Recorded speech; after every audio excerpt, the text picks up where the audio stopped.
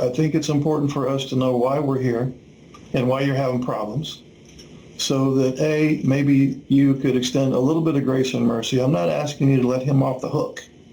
Keep him on the hook, because as I've said many times, having traits of a disorder is no license to go around spraying on people like a skunk.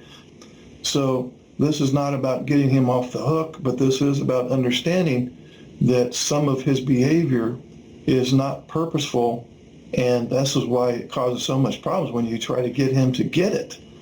Because I can't think of a worst possible combination as far as a husband and wife duo than the NT wife and the ASD man with respect to conflict resolution.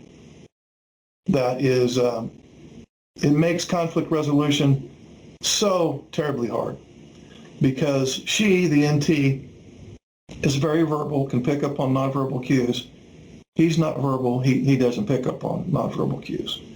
She likes to talk thoroughly through the relationship problems. He tries to avoid talking about relationship problems, raises his anxiety, and then he can't listen or understand or retain or follow through.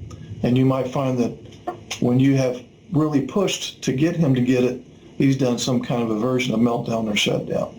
You pick up on emotions and emotional cues very easily. He's alexithymic, and we already know what that means. You will want to come up with a problem-solving method that works for the both of you. He's more inclined to want to be independent and come up with his own solution. When you're under stress, you reach out for support, either through him, maybe other family members or friends. He's the opposite. When he's stressed out, he either gets angry at what he perceives as a source of stress, or he tries to avoid the situation that he thinks is causing the stress. So whereas you reach out and try to connect, he goes inward and tries to disconnect. So you can see why we have such problems in the area of conflict resolution.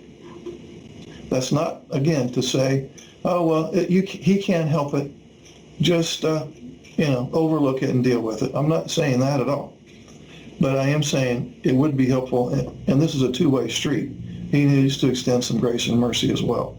It would be helpful if the two of you, given the fact that you're almost wired 180 degrees opposite, that you could show a little bit of compassion towards one another in those heated moments where there is this disconnect, both emotionally and cognitively, realizing that we're not purposely trying to injure one another. We're just, I speak French, you speak German, and we just got to realize that sometimes these heated arguments and fights are really the result of a different brain wiring, not so much that one person is purposely trying to be hurtful.